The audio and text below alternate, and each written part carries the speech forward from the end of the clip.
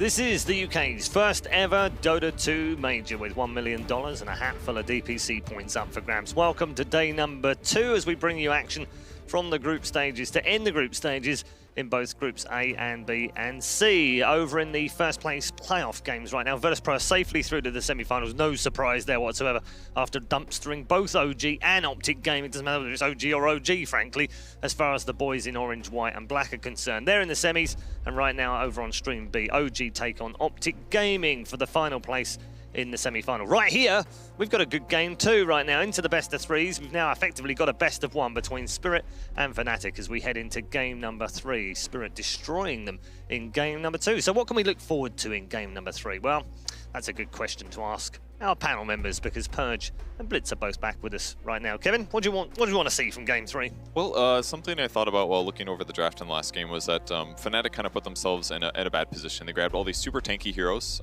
which we've been kind of seeing a lot since the last tournaments, and now it's basically like a reaction of this like heavy strength HP hero. Everyone buys tanky items like Vanguard and Pipe, but what counters that usually is actually damage amplifiers. And what happened last game was Skywrath Mage can amplify magic damage, Pugna can amplify magic damage. Another hero they've been picking a lot, Shadow Demon, also amplifies. So against these tanky heroes, they win by being just naturally tanky, and they need to make sure that they don't fall into that trap again like that happened last game. They had all tanky heroes, but they just got amplified and then even get the chance to buy hoods. So I think if Spirit just ban out like these important heroes that Fnatic wants, like the lane stabilizers like Warlock, they need to make sure they don't fall down the same path.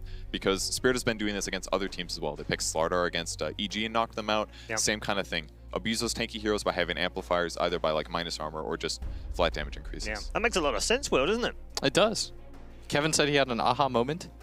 He's like, that's definitely a light bulb moment that's happened there. Yeah, I was like, you want to explain it? He's like, no, I'm going to save it on the panel. I was like, all right, fair enough. I wanted the compliments so that everybody could hear it on air. It was good. It was a good payoff. Thank you. Yeah, I like that. We're bowing down to you, Purge. That was really good. If only I had a screen. Yeah. That I could draw on. That would be great, wouldn't it? That was a moment, yeah. Yeah, that was definitely a moment. I would have definitely. Yeah. That aside, yeah, Fnatic have got to avoid falling into a trap, as Kevin rightly put. But Spirit, on the other hand, having come out of that game now, not changed an awful lot from their first draft. They're in a really good position heading to game 3. Yeah, Fnatic have got to react to them now. It was like I said, I don't think that was a game. I know that in the EG game they did 2 drastically different drafts. They did. But I think from game 1 to game 2, there wasn't a lot of adjustments that had to be made. I think the Warlock was an issue that they identified, and I think the itemization and the way that they built was a larger issue, and how to just like changing that one support, going from the SD to something more offensive like the Skywrath Mage made all the difference in the world. Yeah. It's like part of Dota, sometimes like bad teams, like you have certain lineups that everyone just looks bad in because your supports are inherently enabled by your cores and vice versa. Like if you have an Axe plus Skywrath combo, they help each other, right? Because the Axe will get more kills as a result of the Skywrath gets more impact in the game because he has somebody to play with. That's how it works. But in the last game, it's like, what was the SD's purpose? Like, what was he supposed to do? All he gets to do is play defensive Dota, and you're not really doing a whole lot because for the most part, you're just always on the back foot. It's not like you're playing a Dazzle where you're sitting behind a core and he's just rushing forward. For the most part, like that SD in that last game just sat back, died a bunch, tried to set up for kills. It didn't work out. This game around, just making these like micro adjustments, I think was really big for them. We have seen them play 2 different styles, if it were, against EG. They've got that in their back pocket if they need it as well for this game. They could completely surprise Fnatic. Fnatic is sitting there thinking, perhaps the same as you, Kevin. They've perhaps figured it out, thinking, oh, we've got to get rid of these empowered heroes. Okay, we'll get rid of them then, and then we can play our game. But actually, that could play into Spirit's hands as well, because they just go a completely different way. It could, yeah. I think it seems like Spirit has a lot up their sleeve, though. I guess the other hero I didn't think to mention until now is Chen. Also has a damage amplifier. But the problem with damage amps is that they only really work if you have the opportunity to deal damage to their heroes. So if you're playing like tanky heroes, it's easy to get kited. If you're being initiated on, it's going to be a problem. But if you just play a completely different game, then it doesn't matter. Like Storm doesn't really care about amplified damage. It's more like the disable that allows you to guarantee the kills. So if your lineup just beats theirs and the hero matchups are good against theirs, regardless of the strat they like running, you should be able to win. So like there was damage amp when Spirit beat EG, but it was also like, hey, they had a Wind Ranger, which allowed really good disables. Yep. They had just a Leshrac, who's just going to be good, period, no matter what. So if you can fit some of these things in that provide solutions against your opponent's lineup, while also giving those like side counters like damage amp, then yes, it should give you a good advantage. So it's just not super straightforward, I guess. Yeah, I mean, the two lineups they used against DG, first off was the Skywrath Axe with the Shadow Demon, the Slark, and the Visage. And then second time around, they went with the Leshrac and the Slardar. And EG's the Wind Ranger and cores, the Luna. and EG's cores are really important. They had a Viper. Yep. They had a Spectre, both heroes that abuse tankiness to be strong. Yep. They had a Night Stalker in the offlane. In game 2, they had Medusa, who's tanky, although she is decent against Amplifier based on the way the math work, the mechanics work.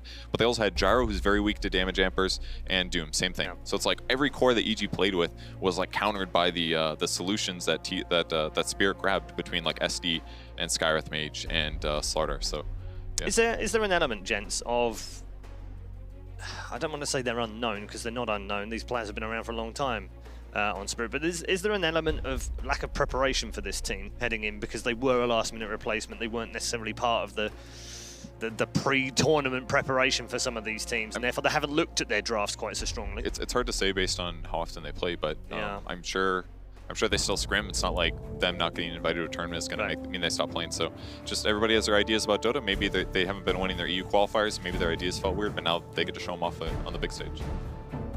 Does change up things. We head into our third and final draft of this Group A game. Reminder for you, the winners do go through to the quarterfinals, and the loser are done alongside EG in Group A. So big game for both of these teams, not least of which Will for Fnatic, because they can't afford to slip up. Yeah. Kevin mentioned earlier on, are they going to be another one of those teams that has it in their own hands and then slips up? They can't afford any losses here. Yeah, realistically, they're the team that has the best chance at getting the most out of this because, of course, if Optic wins the entire tournament, the whole shebang, yes, they'll probably get a TI invite off of that.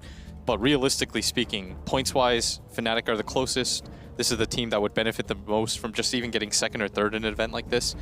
So staying alive here is the key. All the other teams have fallen wayside. We lost EG early on, the other team that was just outside that. Yeah. Yeah, the one team that are praying that Fnatic go out are VGJ Thunder, because they're currently sitting on the bowl. They're in 8th. I thought you said Storm for a second, but then... No, Thunder. I can't remember. Storm technically can't qualify, even though they're in 9th. Yeah.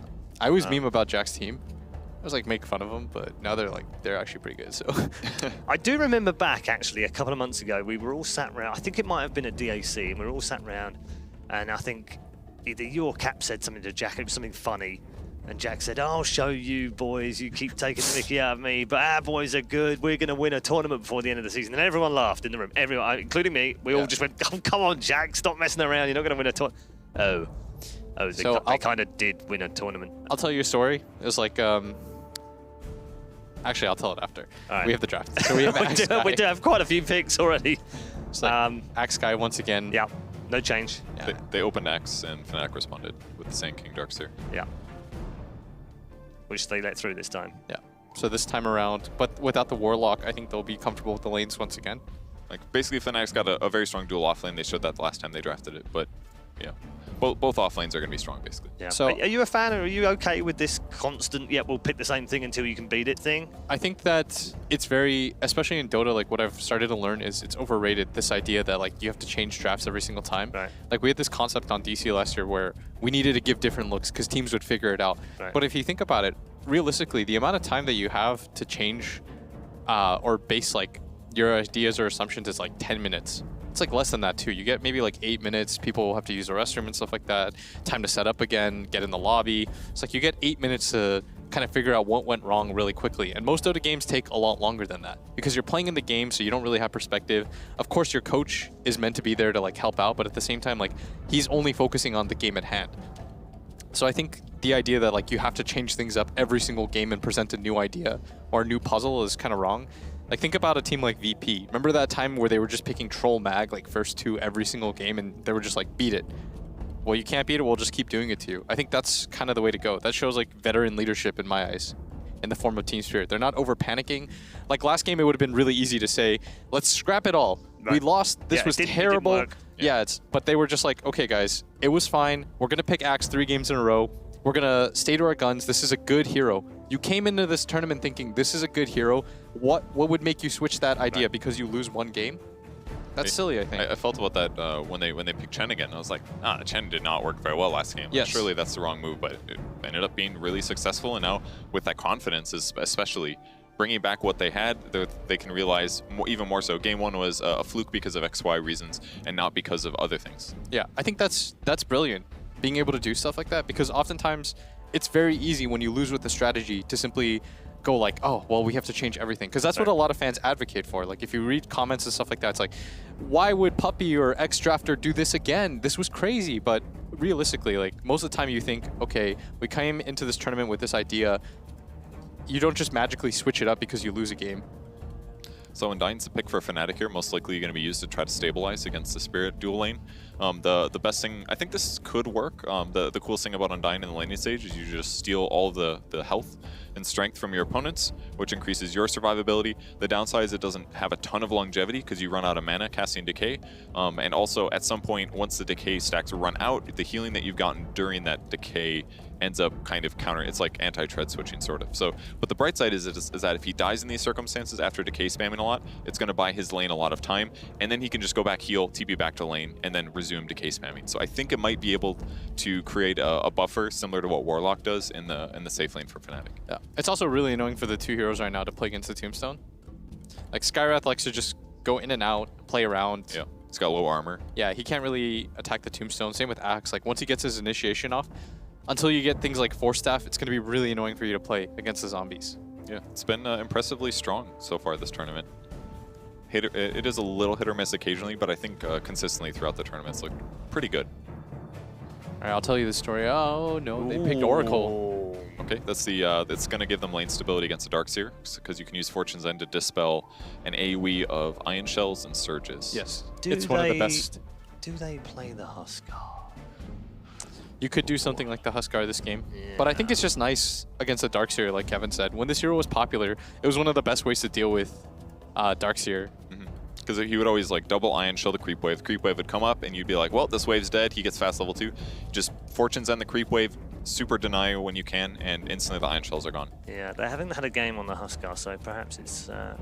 I think it could work out here, especially against somebody like Undyne. Super high attack speed, you can kill tombstones. You don't care that much about personal slows because you can always life break charge. Yeah. I'm not going to put money down saying there will be a Huskar this game, but with the Oracle showing there, it's definitely got to be something they worry about. The strength reduction is kind of problematic too. What, Huskar being decayed? Yeah. Yeah, they've only had 3 games on it and haven't played it as a team since 2015. I wonder if you just go Slark again. Yeah, it's way safer than picking something like Huskar, especially against a Spectre. I don't think you want to play Huskar against the Be Anywhere hero that has far more chase than you and generally more HP. Just safer to go something like Slark. Now he's busy trying to find a draft with an Oracle in to figure out what they played with it before, but he won't find much, that's for sure. It'd be pretty funny though if they just pick Slark again. I would say it's pretty darn good here. I mean, Sand King's technically good against it, but the other heroes on Fnatic, not particularly special. Slark can pretty safely kill tombs if he really needs to, or escape. Yeah. Like there's only like one hard lockdown right now for him, and even that hard lockdown isn't. It's not like the worst to play against. Yep. Dark Pact can solve the problem. Yeah. I definitely agree. This looks decent for Slark. You would just give them like 2 straight games. How does the Druid go? Oh, Never mind. PL. Yeah. I like that a lot too. So I can't remember if illusions count as one hit on Tombstone or not. Yeah, they do. At one point they did. Are you sure they still do? Yeah. I know they don't for the Phoenix egg though, right? It's like some really weird interactions in Dota. Man, have some consistency. Yeah. There's like wards or illusions. We have to remember all this stuff. I don't know, we'll find out. At minimum, like we said, they don't have that many disables on Fnatic sides, so somebody like PL is really useful against all that. And with the Oracle to stabilize his lane, he doesn't have to worry as much about being dived by Sand King and Darkseer. Once you get a heart too, heroes like Sand King don't really bother you as much. The damage that he puts out. And I don't think I'm too worried about Spectre either as a PL. Yeah. There's a lot of value in this game for going for pipe for this Axe. It's like, I hate when teams don't get pipe against Sand King. So you make that epicenter do so little damage. It feels a lot less impactful. Where do they go for pick 5? Ban 5, or ban 6 rather. I mean, I feel a little uncomfortable at Fnatic's draft right now, personally. Why? Just, I feel like Spirit has so many solutions. Like, they don't have Warlocks, so there's not really any super hard solution to the Axe Skyroth combo. They have Oracle that counters the Darkseer lane, which should make that a lot more mitigated. And then the PL also matches up well against pretty much everybody on Fnatic right now. Sure. And Pugna ban? Yeah, they don't have a tower hitter, kind of similar to last game. And Pugna's also a fantastic mid laner. They're looking for a mid, so I think that ban's appropriate. It's like, I think for Spirit, I would want somebody... Do you want to TB this game? No. I'd probably want like a Quap or something. Okay. Yeah. What do you think, Yanni's Quap? Gives me a thumbs up. It's good with him. What do you think, Kevin? Quap? No, I play support. Hey, that's my line. As an Undying, Quap would not be fun to play against for sure. Fnatic needs a disable setup of some kind. They just feel like they just lack disable on their team. If you get two heroes that are hard to lock down, I feel like it's annoying. There was another hero I was going to suggest, but I'm going to get memed out of the building, so I won't say it. Please do. Yeah, did you see that, Red? I'm not about that life. The Ember is the last just gonna ban, say, and we get a Storm. See, for that was Team Spirits. Is that what you were gonna say? Yeah. They made a Reddit thread about it though. They did, yeah. So I was gonna say Storm. Yeah. But I knew like where you were going. That's why I I'm asked you just to say, saying, because I thought it would have been funny. it looks like a good Storm game. There's no disables. Yeah. Like Yanni's is laughing at me, but I was gonna say this looks like a free Storm game. I think Fnatic should counter that though. I feel like the Oracle just like made the game so hard for Fnatic. As long as he stabilizes the lane. I think the Undying's DS made the game so hard for Fnatic. Maybe That's also true. Might be different. I just feel like they lack lockdown right now. They need some mid hero that like just shuts down this game, that can like solo win it. But I don't know what hero you pick necessarily that does that, because it's annoying to play against all these heroes. Yeah, Ember would have definitely been good. Roots to lock down Storm. Can build damage items if you really want to provide some like PL solutions, or just go like Maelstroms and things. I don't know, maybe you go SF or something and just try to like destroy the lane, go for like Yules. It's nice against the PL too. You get like an illusion clear, but when the game scales it becomes a little bit rougher. Plus, isn't SF just a little bit worse now?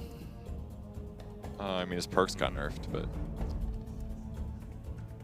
I don't know.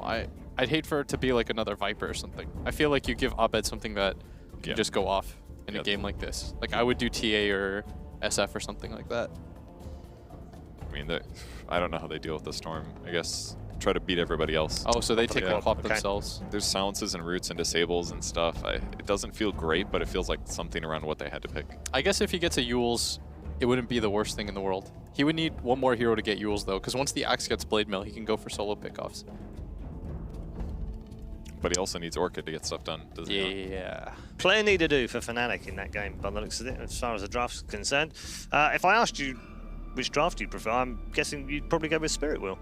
I would probably go Spirit. I think that Abed can't... I think if Fnatic are going to win this game, though, Abed has to have, like, the game of his life. He has to really overperform in this game, and I think it's a little bit tough because of the heroes that Spirit have. So I think Fnatic can win if this Quap goes insane, because she's in a similar position. Like, once she gets BKB, her game's going to get a lot easier. But I think that I will go with Spirit's lineup. I think Fnatic either needs to have like an amazing Quap performance, or they need to win some other lane that they're not supposed to. Like, they need to make like Darkseer and Sand King beat the Oracle despite that being a disadvantageous matchup.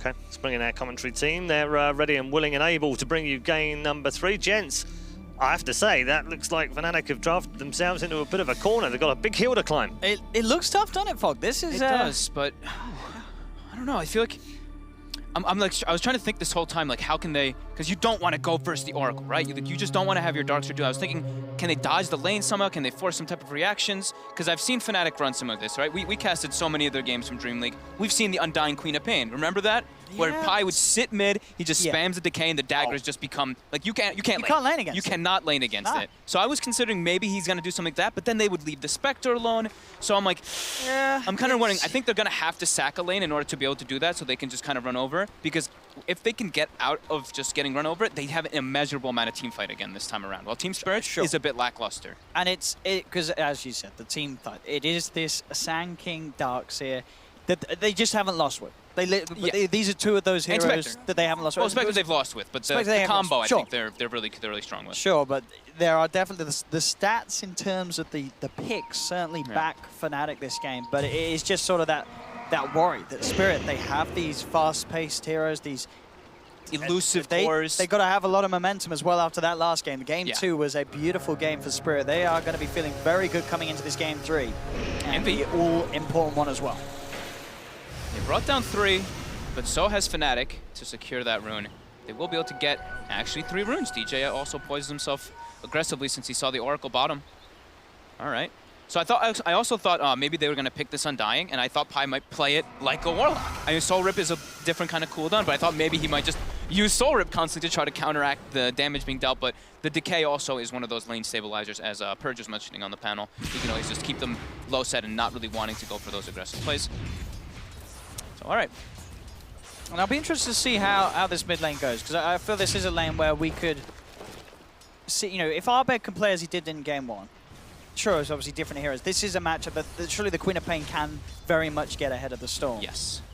The harassment becomes very, very difficult for Storm to handle. I think this is a bottle lane for the Storm. I really liked what Abed did when he was versus Lina. Like, that bottle actually made him just perfectly fine versus all the harassment. Top there, this is a lane where I've seen the Oracle dominate versus the double melees, but it's actually pretty, you can kind of play around it in a way on Fnatic, because like as soon as the Purge comes out, you have to use your Iron Shells instantly so that you can do that second one right away and you go aggressive. You have to be very quick about it. Yeah, and we'll see how much farm we can get from this bottom line. I think you said, you know, Pi for DJ. They got him. Oh, 20 HP. Oh, he'll live. He had a wand, a couple stick charges, actually puts him forward. The root almost gets him killed. He stepped up too far.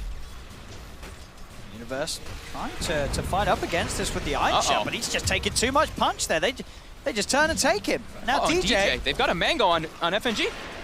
DJ, he's got Burrow Strike, and he will hide in the trees. But they've got to be careful there. Universe just giving up first blood. Pi chasing out Viver. He's got the mango.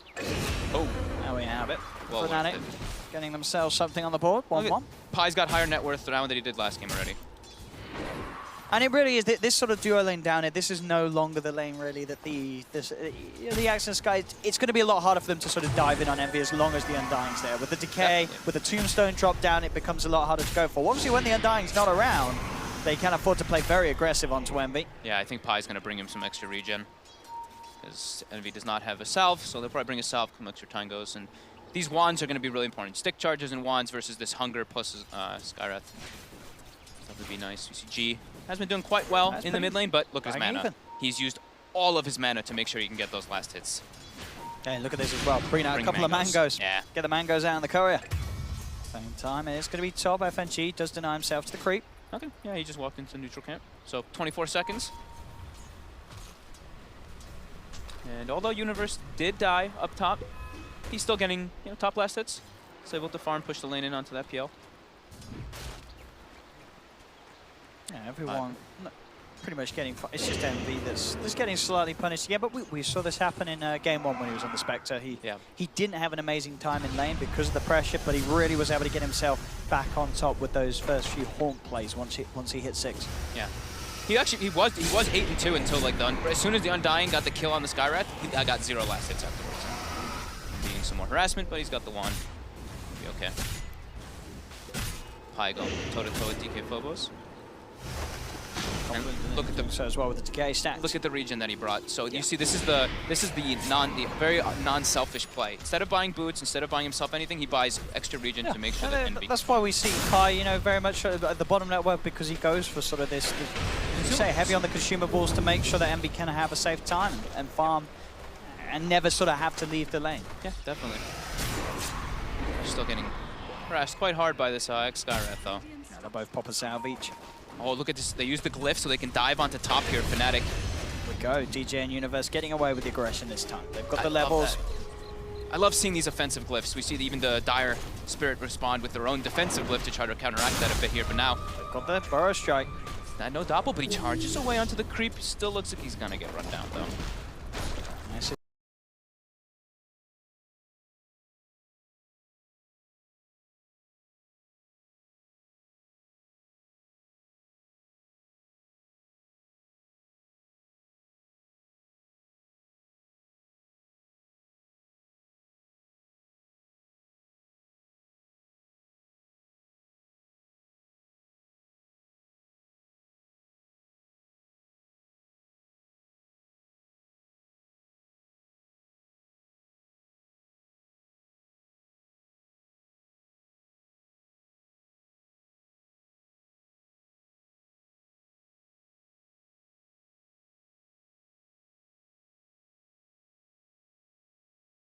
He can't head over to take another. In fact, Pi in a bit of trouble. Trying to heal himself with Soul Rip, but Phobos Survivor chasing him down. Pi keeping himself a little alive with the decay, but indeed the Battle Hunger does take him down as the decay wears off. Spent his gold, though. He got his boots, he got his TP at the same time, too, or before dying, so... It's a painful death, but they have to expend it. You know, they have to use a lot of mana to kind of chase him out, but they kept the creep wave, so that's the important thing, is Phobos has all those melee creeps to be sure to farm, not missing any last hits. Envy gets a little bit of space, though, at least under the tower, to get some farm. Let's see. Just a mild pause here as we're able to get the game back on. 3 for 3, 1k lead for Fnatic. They're hitting their stride, Fnatic. Sure, Arbe's playing a Quap instead of a Storm, but it very much feels incredibly similar to how Game 1 played out. Pi's sort of fulfilling the same role. You have Arbed on this hero that if he gets some sort of momentum, he can have such a huge impact on the game. And it's a hero that you can respond to. Like, if they do this dive bottom, he's Queen of Pain. I've seen so many times you try to dive that safe laner, a Queen of Pain with Sonic Wave comes in, kills you too when you go for it. So they have to be very careful to not overextend in that bottom lane versus this heavily farmed Queen of Pain who's dominating. It's getting close to doubles. Yes, it really is. I mean, what was sort of the level difference at the moment? It's almost level 7 and G's still 5. So G buys the bottle from the secret shop, but he's pretty much like zoned out of the lane for a bit now. And Abed's finding a DD rune here, but oh G, oh no. Oh, he's still level 5 as you say. No way to zip his way out of this one. The Sonic Wave comes through as Arbed and Pi take him down. Pi will be punished for this one as FNG and Biver come in and take down the Undying, but still, this is that Storm. G going down, Arbed getting the kill. The difference between these mids just continues to grow.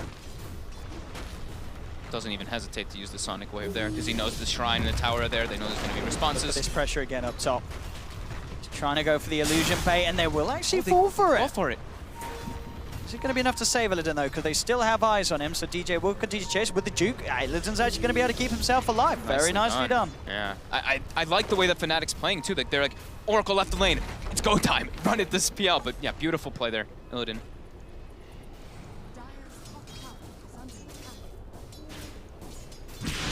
He's trying to enter back into this mid lane, but ever so hard for him even to find the experience at this stage as Arbeg just simply denying everything that passes by. Yeah, he's still level 5. He's just got a jungle for that 6. How's Envy doing? Envy is... okay, he's not that bad. He's actually top 5 net worth, which is pretty decent after getting all this pressure on him. Hasn't died either. Last game, I think he already had like, what, 4 deaths or something on the Viper, so way better start already for Fnatic and Spirit. They don't have this big objective table like they did last time with the Pugna in this game. Look to try and open up onto DJ. He's got the Sandstorm to disjoin. Nice disjoin. As Universal DJ will be fine, despite Team Spirit bringing in both supports towards that top lane. Bottom lane, Phobos is on his own. Pi and Envy will see if they can do anything about this. Phobos getting quite a bit here from this neutral ball. And I will try and... oh, he got the Seder creep. And straight up TP out. Oh, Tombstone is down. You can maybe farm something with it, but 80 seconds cooldown now.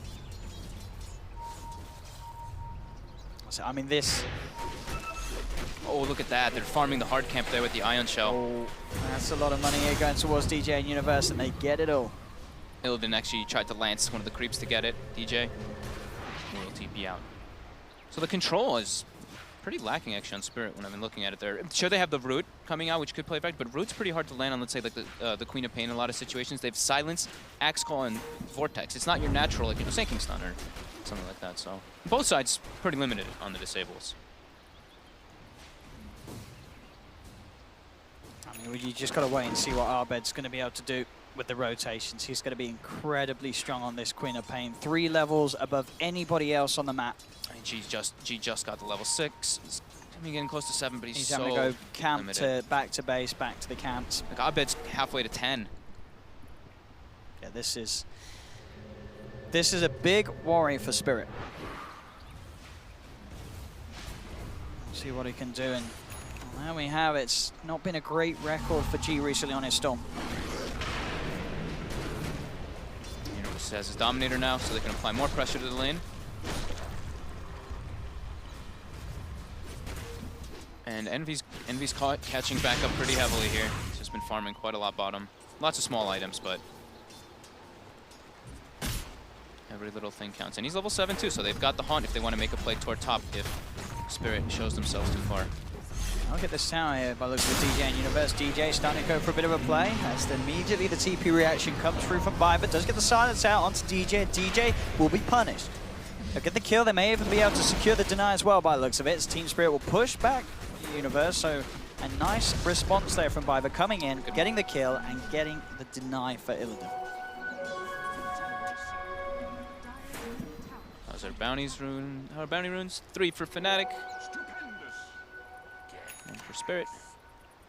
G just, I think this, just jungle. That's all he has to do. I mean, we've seen him sometimes stand up the lane, but as soon as Arbed sort of returns, he's got to get out of there.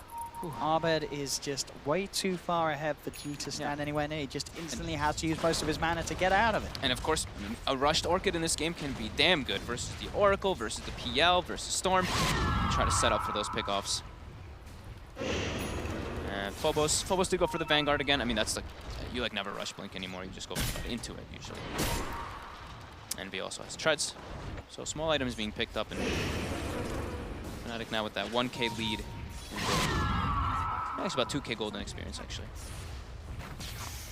And they're applying a lot of pressure on this mid tower. G gets hit by the Shadow Strike as well, dropping quite low. Look at that, yeah. One quick burst of the screen, he's down to half. He's going to look to zip forward, see if they can catch out Arbed with the help of the backup of supports, but these runes there on Arbed. He's under a ward. Oh, Arbed, he's in. Oh my goodness. Oh, they're going to know there's a ward now. They are, but I mean, I don't think Arbed minds giving that away. Oh, no way. That was just an extra kill onto G. And he used the Shrine too. So. Oh, it's such a painful game for G. Yeah. It really is. You got to feel a little bit bad for. He's having a tough one. Top lane, Envy straight in off the back of DJ, finding the Burrow Strike. They'll take down one. Can they get more out of this? Doesn't look like it. Biver and Illidan get themselves back beneath the tower. Yeah, he gets involved. He's gonna have to farm top side of the map probably now, but. I mean, yeah, this Orchid timing on Arbed is gonna be so fast. Gonna be absolutely terrifying. Arbed. So they're gonna have to, on Spirit, they're gonna have to rely a lot on Phobos once he gets this Blink Dagger timing to make space, because the PL doesn't want to, I mean, he can fight a little bit, but he doesn't want to fight so much, because that hero wants one item. Once he gets one item, then he can start going around looking for stuff, but yeah, it's really gonna be up to the Axe and the Skywrath to be making those plays around, catching G back up into this game.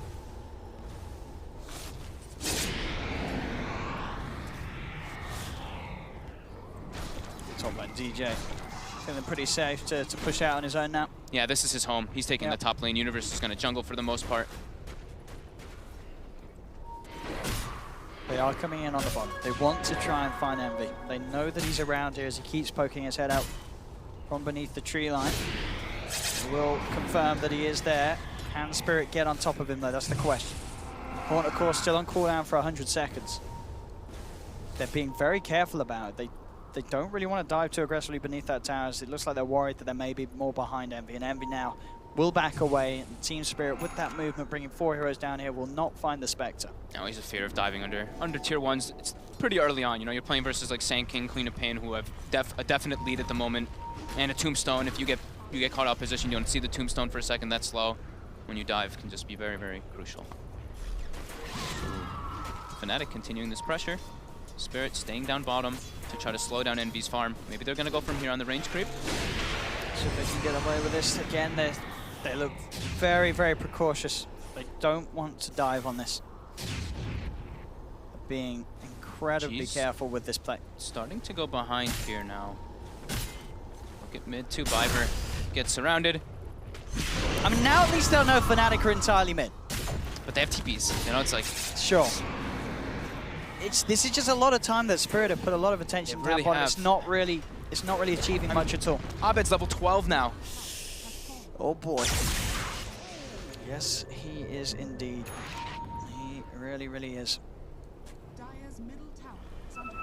They saw FNG going to place this deep ward too with the defensive ward they had placed, so they're going to have an idea that this is happening here. And they actually see him with the courier fly over. They're going to put it on top of him. No. See ya, FNG. Poor old FNG. Give some respect. Oh, wait, he's actually... Where have they got the damage? It might be... Well, no, I think he should actually live. He should live. Yeah, he's living. Yeah, he's going to live. He's living. No, No, he's not. Just testing you. It was quite a lot of damage that he did too. It was a lot of damage. We'll say it was close. He also purified himself when he got back to the base too, so... It took a little bit more. Interesting here from Arbed. I mean, he's got so much money. He's got the Oblivion stuff, but he's actually gone and queued up the Yules rather than finishing off the Orchid. So It might just be the second item. I mean, he might still go. As you say, because he's saving up the money. He might still just finish off the Orchid. But he still wants a Yules anyway versus yeah, an oh, Axe. of course. You always want to get a Yules on your team versus an Axe. And I can kind of respect the fact that he may want to sort of get it before finishing it, just to make sure that he doesn't feed his life away. He's worth a lot of money. If they kill the Quap, that's a big boost to Spirit. He really can't afford to die this game. Yeah, he's going for it first. Yeah, he's going for Yules. Yeah, make sure that he doesn't feed. It's a smart play. He's a safe player. He pretty much has it done anyway, right? Yeah, he's got so much, but he's so farmed at 7.6k on the Quap. They're definitely feeling, the comfort. They know that they're ahead in this game. They've taken towers. They've got Envy farming decently. He's recovered pretty damn well. Hunt's coming out. They're actually fighting underneath the shrine here, Envy. He's got it straight away, and he's falling low. He's got the back of a DJ, comes in with a Burrow Strike. Envy's still alive for now. TP in from Phobos. Can he chase this one down? We'll get the call onto the Darkseer, but look who's turned up. Arbed gets the Sonic Wave onto Biver, jumps forward with the Scream, bursts down one, and now turns towards Phobos as well. 2 down so far on Spirit. Blinky and Arbed takes down the Axe. 3 heroes gone on Spirit. You see the universe, he stood on top of the TP2 coming from Phobos, so with the Ion Shell, it looked like Phobos was trying to do like a Shift Q blink. Gets instantly cancelled. 6k gold lead for Fnatic. This is back on sort of the Fnatic form that we saw from them in Game 1. Yeah. Game 2 certainly seemed to have caught them by surprise. It looked absolute. It didn't look great at all from Fnatic. And this is what we see. Sometimes Fnatic have questionable games. Sometimes they have games of brilliance. And Game 3 looks to be back on with Game 1. The level of play that Fnatic need to bring to this major to get those points that they're desperately after. This is, if they can sort of bang out these performances consistently, this is an incredibly scary team. As long as, I don't know, I'll be totally honest, and I don't want to sound like a hater to it, but I don't like them when they play the Viper. I really don't. I like them so much better when they have Linus. They look so much more I don't think, is there any team that anyone likes if they play the Viper? Viper is just one of those, is there a hit team that you would say if they pick a Viper, like, well, they've won? Like, is there the only player that I like? Who's the scariest Viper player? Shout out to Tomato. There you go, Tomato Viper, baby. There you go. Okay, I'll go with you that one. Tomato and Tomato Viper. Oh, there's definitely another one. It'll come to my head because there's some Vipers that farm a lot. I think No One sometimes also his Viper can be pretty beast, but I like seeing other heroes. I like seeing him on any other hero better. So. But yeah, like this lineup, like you can see the comfort. They've got ways to push out lanes. This Darkseer, this Sanking, always constantly like giving information on the map by keeping those waves pushed in. I'll say shove lanes. There you go, Will. And it's giving Envy so much space to farm up. He's getting close to that relic. Yeah, absolutely. So we're also looking at the moment on the gold. He's 3k gold towards that relic. Yep.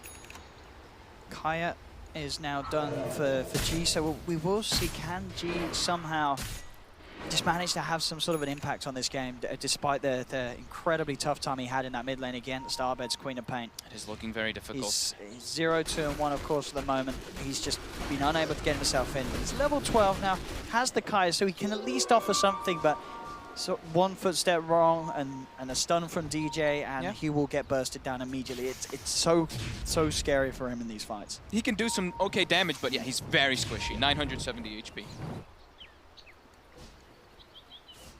Illidan has the defusal finished now.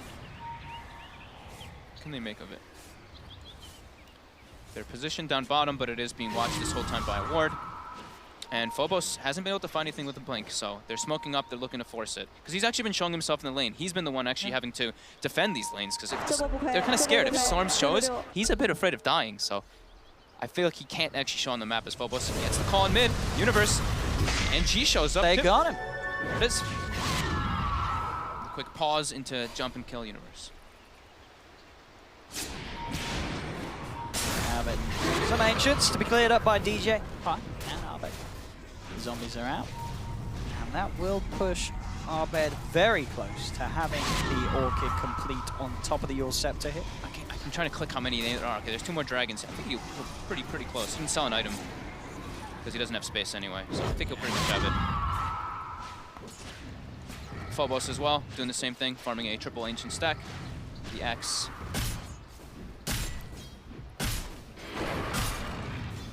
And Envy does have that. So Fnatic, they're getting all these big timings. They are. I mean, this is the pace of game that Fnatic like to play. It really is very similar to game 1. Yeah, and the way that this game is moving onwards. it's like the Oracle was picked for the lane, right? And now once the game starts to progress, what's the Oracle ulti? How much will it really be able to provide too? Because it's going to be really hard for his positioning. Because Haunt's going to come out and they're going to make Oracle's there. You know, Just get on in top all of him those situations. immediately. Yeah. With the Orchid, when it's done on Arbed, it'll be just straight on top of him as soon as they have vision, and there isn't going to be any other sort of save from Spirit. And their team fight is, like we said, it's quite weak when you look at it in comparison to Fnatic's. DJ comes in top with the Epi. G, they even throw the Sonic Wave on top just in case. Just in case he gets the chance to get out of there. Again, it's... I don't know, G, he has some tough games, and this, I mean, as we do iterate, it is against Arbed. Arbed, arguably one of the strongest mids here on LAN. Yep. He, individually as a player, he just has these games where he just looks absolutely unbeatable. Especially on his in certain matchups. his And this certain was a heroes. favorable matchup. Yeah, it's a favorable matchup. It was a favorable matchup for the Quad. And he loves the Queen. He absolutely loves the Queen. They see Phobos farming in mid lane. Trying to open up onto him. Mystic Flare will be dropped down, but they're able to get themselves out the side of it. So DJ dodges that one out. Envy pops the horn. He wants to join in. He wants some last hits. He wants to Arbed get that Radiance. has the vision there with the illusions to find Biver as well. They get 2 out of that play. Fnatic just keeping the momentum, the drive going, as Spirit are just looking a little lost for words. So there's very little they can do to sort of react this short. Illidan, he's got the hood, he's got the defusal, but can he really get involved in these fights? It's one stun and a quick burst. There's so much magical coming out, and despite having the hood, he can still very, very easily die. Yeah, and look at the positioning of the lanes. Constantly, it's Fnatic just using like an Ion Shell and a Creep Wave, pushing it in, a Sanking Burrow Strike to push it in, and then Envy is just on the other side of the map, pushing in the other one. The so Radiance, yeah. you see Spirit, they're all they're trapped on their side of the base, so they're like, we need to try to push out lane somehow, right? So you see Phobos is the one doing that, but when he does that, then there's no ganks happening on the map, because he's the Axe. He is the Blink playmaker. He has to be the one running around, even if the lanes are being pushed in, unfortunately. But then they kind of know it, so it is tough. And I think it's interesting to see that we sort of over the last few weeks or months, we are seeing Spectre hero that was sort of forgotten. Certain teams are really picking it up. Envy showing us in this series that it's a very scary hero to play against, because despite the pressure you put on it at the start, even that, you know, for a hero that the Radiance timing is pretty important, as long as you're able to sort of pick and choose the right fights, you will always catch up. And as we've seen with Fnatic, they're very good at choosing the times to fight, especially when they do have, obviously, the DJ Sanking on some sort of an initiator and Arbed on these playmaking heroes, that there'll almost certainly be a very high chance that they do find the fights for Envy to get involved, to get the Radiance, and then suddenly you've got this very scary hero to deal with. Team Spirit, though, they do get the call on to Arbed. Mail reveal. Sitting in Pie as well here, they do. They'll get 2 out of this. That's a double for G, but DJ coming in with the counter plays. Found by the Phobos, now getting focused by Envy, Universe, and DJ. False Promise comes out. FNG trying to get Phobos back to safety. Will be able to blink. Goes for the TP back to base. We'll see if he survives, and he does. There you go, nice Oracle. They're looking for FNG. They will see him for a second, and he will pay the price. Blade mail reveal though. They got Abed. Yeah, that was a big play as well for G, getting both of those kills there. Okay.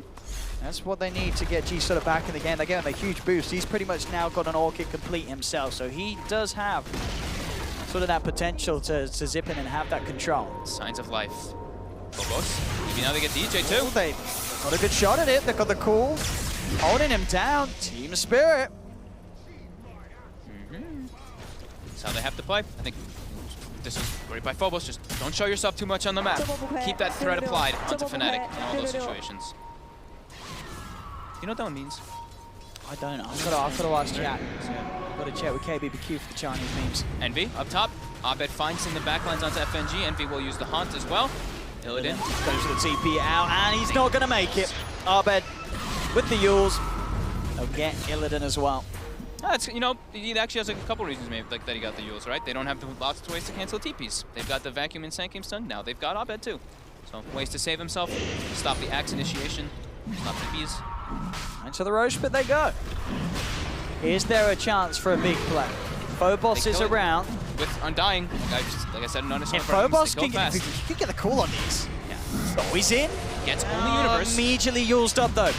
Now going to be able to send him up in the air. He's got the Blade Mail, but he has to back away. Mystic Flare's going to be dropped down, but Envy cuts his way across the cliffs with the Spectral Dagger. They'll chase down Phobos. It was a good attempt, but the quick fingers from Abed with his Yule Scepter put a stop to what could be a brilliant initiation. Fnatic turn their attention back towards the pit. Spirit will not be able to do anything about this one. Abed getting the Aegis for himself. Instant Yules. Zombie slow. They cannot contest in that area. I mean, Undying loves the Roche pit, especially when you go like the Medallion build, which you tend to. Your Flesh Golem plus Medallion, you kill that Roche very quickly. And you usually stay pretty much full HP because the Tombstone tanks doesn't allow the enemy team to come in there too. And they're continuing to stack Ancients. Fnatic, they're just playing this one very methodically. Seems like we're having a bit of a monitor issue though. They've been pausing a couple times though. Yeah, looks like that. Now some trouble. We should be able to get that sorted as soon as possible. But as it stands, 19-9, 25 minutes in, 8K lead at the moment for Team Fnatic in this very important game. Of course, the loser to go home. End of the road for them, and the winner will continue to the lower bracket. And also the quarterfinals. Sorry, the quarterfinals at the main event. So some smiles there on Fnatic, and understandably some worried faces here from Spirit. They know that they're in the tough position. It's not been a great start to this game. I imagine Envy must have been smiling. He just purchased the Reaver. He just purchased the Reaver, so. Yeah, Envy was the one with the big smile that we saw just then. Universe, of course, a man of concentration. Abed as well. Yeah, he's got a bit of a giggle going on. There's Envy. You can see it on his face. He's feeling very happy. I mean, the whole team giggles from DJ and Pi.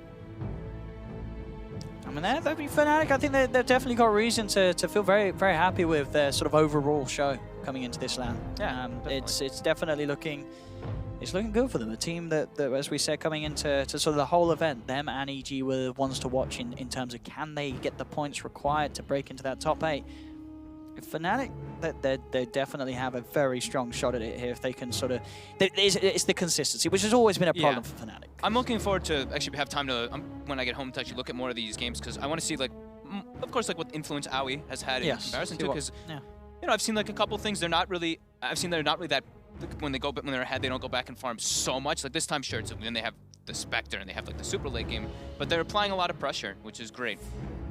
And their warding game, it seems pretty decent as well. They seem pretty prepared for their teams, which is great. Not taking anything away from Adam, but just it's the different elements that different coaches bring in. Absolutely. There is always going to be sort of that slight different feel and approach when you switch up someone as important as a coach is, as we've come to see with many teams, how much sort of a changing coach can have a huge impact on the way that the teams play the game. Yeah, I wish I'd actually known before the tournament that they were like a little bit more before, because I would have talked to Aoi a little bit about all of it. I was gonna say, do you not get sort of the inside NA details? You didn't know? You didn't know this change was happening? Maybe I knew, but I wasn't listening. Yeah. But But I mean, do you think it is sort of a good fit? There, as you say, well, understandably, the guys on Fnatic, old teammates of Aoi and such. These are people that respect Aoi, and you feel they're going to have a very sort of good work ethic between them. Yeah, they definitely respect Aoi a lot. Yeah. I mean, there's some friendship shirts that come in there, and I think also Adam got an opportunity, right? As we saw, he's. Have we? Yeah, well, he didn't say what it is yet, but he said I have an opportunity. Oh, I don't read that sort of press. Oh, you didn't release read that? stuff. No. Okay, yeah. Oh, he said he's got. Oh, interesting. Yeah. I'll be looking forward to see what that is. You know what it is, right? I think I'm I just might teasing do. the I'm sorry. Oh, I'm sorry. oh. Like, oh no, they're gonna hate us. I'm sure it will come out soon, whatever Yeah, it is. it'll come up pretty soon. It's going to be exciting to see. So Spirit, ready to go. So as we said, Fnatic, they were stacking some Ancients. They've got a pretty hefty stack coming along there. And they're going to continue this pressure coming out here. Let's see. I mean, Spirit. I think they as we've seen, they have to look for the action themselves. When they do so, like that movement down into the jungle of Fnatic, it worked out great for them. It's got to be. They can still do that, even though they're behind. If they can get the jump, Yeah. ideally, if they can fight when the Haunt's down, that is sort of the big Envy. window. Or yeah, they if can they find him on his, get Envy yeah. at the beginning. You get Phobos and the Skyrite. They have to just single him out every single time. Just find him before they get the initiation. But it's like, you know, it's kind of stinks because like Phobos, he's forced to do these kind of things. He has to show himself on the map to push these waves out because they're struggling to do so.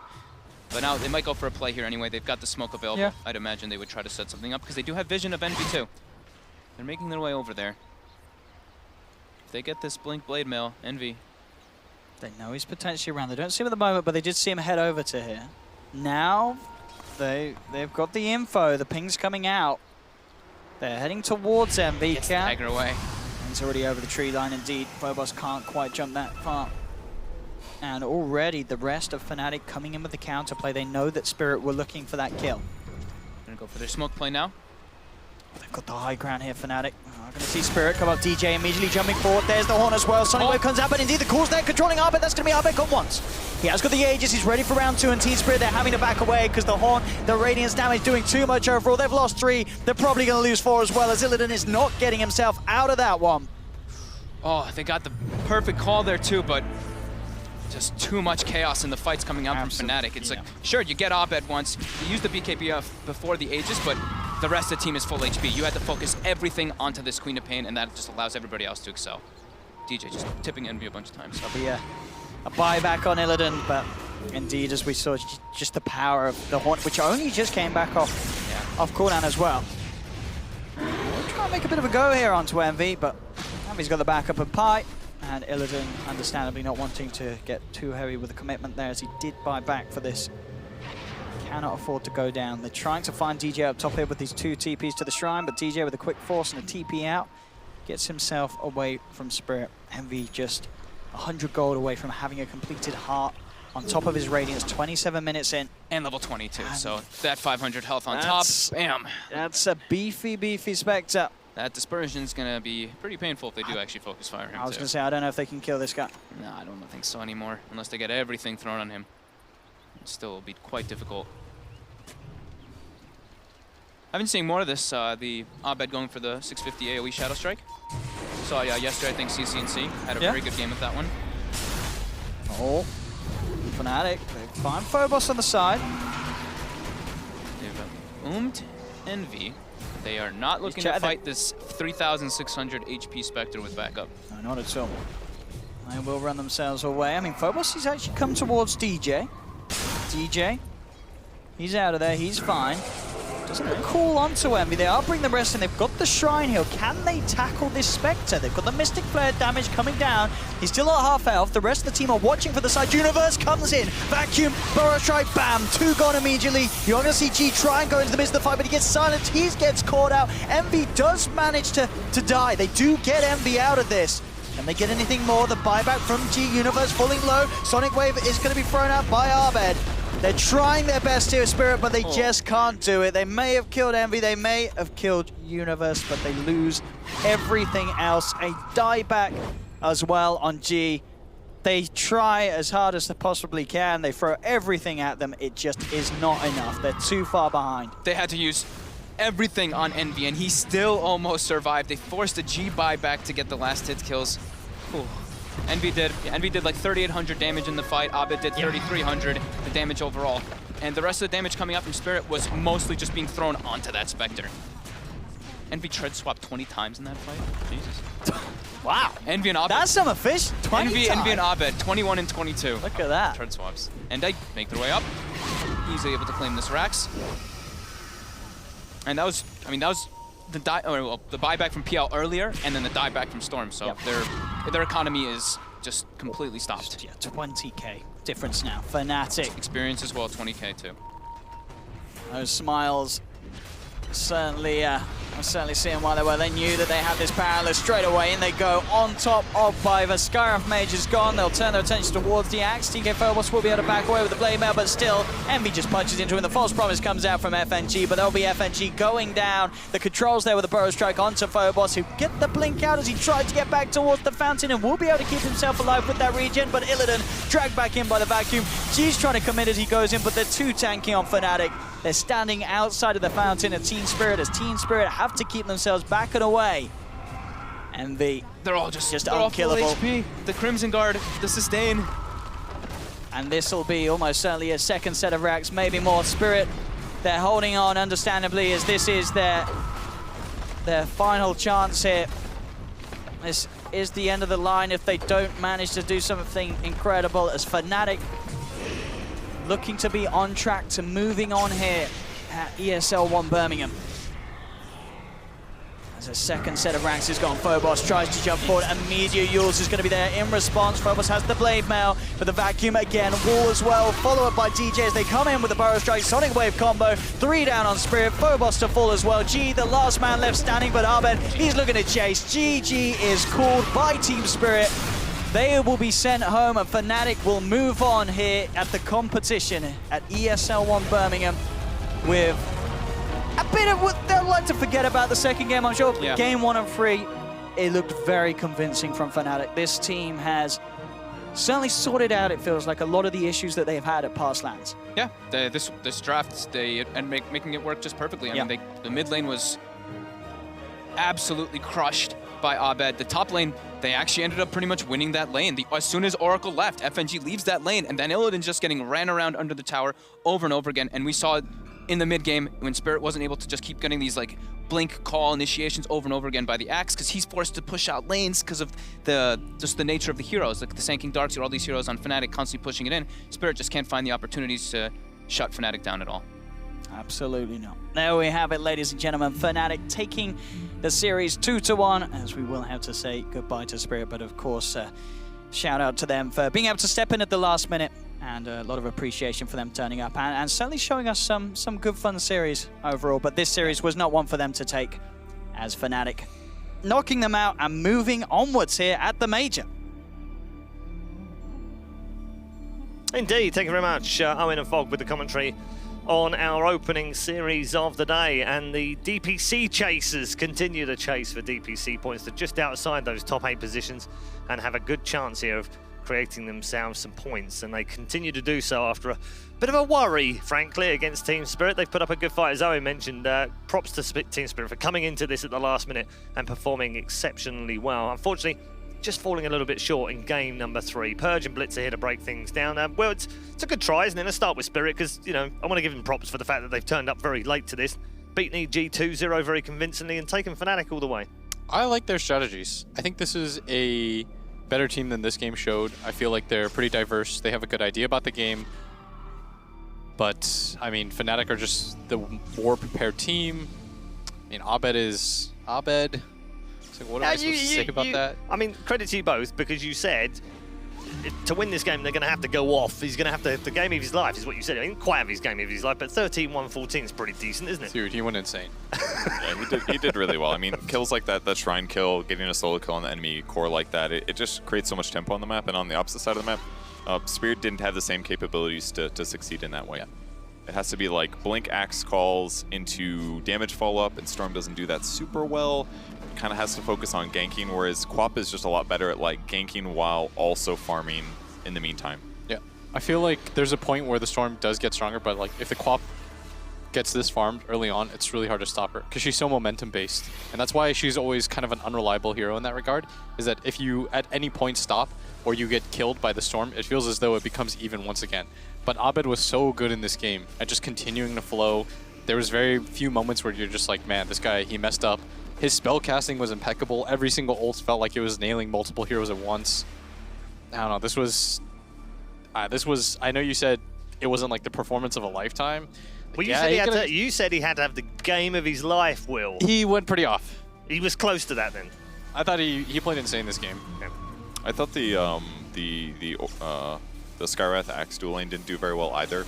There's a time where the Undying, which was Pylai, was able to solo kill the Skywrath Mage if they basically stabilized that lane more or less, and at some point it was just Envy getting right clicks. You get battle hungered and you just get a last hit, no problem. It felt like his lane went fine, he transitioned, the Sky didn't do that much, and then the mid game they just didn't gank enough. Which might have just been like them not finding the kills. Is this one of those typical one game too many with the same heroes?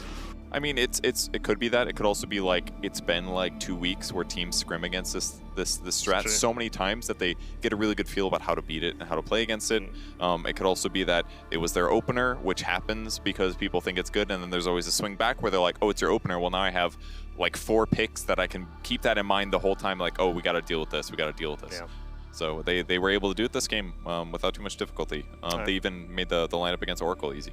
I'm going to get a few more comments from both of you in just a moment, but I'm hearing Sir Action Slacks has found Eternal Envy. Let's hope this time round he can get a few more words out of the winning captain. Hey, I absolutely will, Red Eye, a consummate professional. I am. Hello, Eternal Envy. Great to see you. Wonderful series. Feeling pretty good after that one, I must assume. Tell me a little bit, though, before we get into it, about Team Spirit. They've had a hell of a run here. You guys have put them out to pasture. What do you think about the team? I actually think I think the CIS region is actually very underrated right now. I think they have like 4 or 5 teams that are like they're pretty good. Like they're pretty good. Like Fly to Moon. Like I mean, those guys are really good. And you know, Team Spirit, Vega, they had like 4 players that got top 6 that they eliminated Secret right at TI 5. So I'm sure if they keep going, eventually they'll find something really big. All right. Speaking of just keep going, and I want to talk to you about Game 2. You had quite a great Viper game, one of the best I've ever seen. Tell me about how that one felt. I mean, I picked my hero to win the lane, and then literally 1 minute into the lane, I was like, guys, I can't win against Axe. And I was like, all right. And then I was like, I'll just keep playing. And after a game, the discussion literally, I was like, I fucked up my pick, sorry. All right, go Game 3.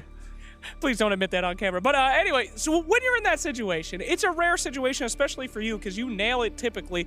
You're 0 and 10. What do you do? What's your goal in a game when you just know, all right, this is just not working? I mean, I wanted to be, I just want to bait, because I won't be doing anything useful anyway, so. But like, I don't know, I get called and I die, and then my team does like 2 damage to them. It doesn't really matter. Like, that game was pretty hopeless. All right, last question for you real quick.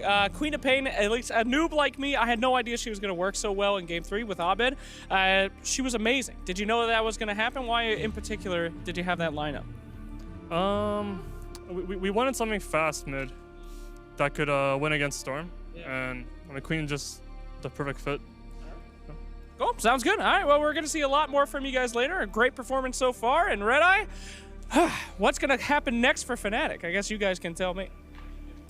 We can try. What I can tell you is they've advanced to the quarterfinals, which means they're in the top 6 guaranteed here at ESL One Birmingham, and just 1 best of 3 away from claiming some DPC points, but they won't be satisfied with that. They need to win this one if they want to get into that top 8, and I think that's all they're going to be focused on as they head towards that. Let's get some final thoughts on this particular one with our 2 panel members, Blitz and Purge. Will, he mentioned in there, I just want to pick up on this one point, CIS region's pretty stacked right now, and I'm looking forward to that qualifier.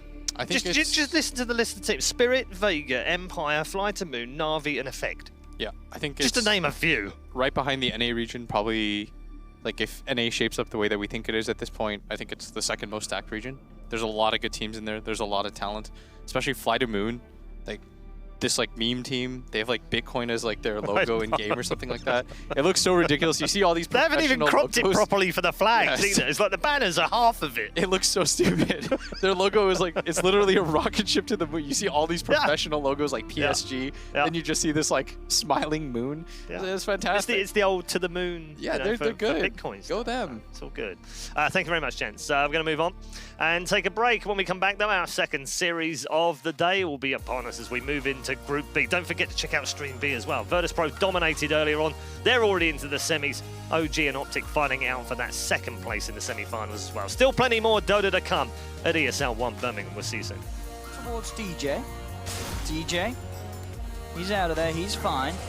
Doesn't call onto Envy. They are bringing the rest in. They've got the Shrine Hill. Can they tackle this Spectre? They've got the Mystic Flare damage coming down. He's still at half health. The rest of the team are watching for the side. Universe comes in. Vacuum, Burrow Strike, bam. 2 gone immediately. You're going to see G try and go into the midst of the fight, but he gets silenced. He gets caught out. Envy does manage to die. They do get Envy out of this. Can they get anything more? The buyback from G. Universe falling low. Sonic Wave is going to be thrown out by Arbed. They're trying their best here, Spirit, but they just can't do it. They may have killed him.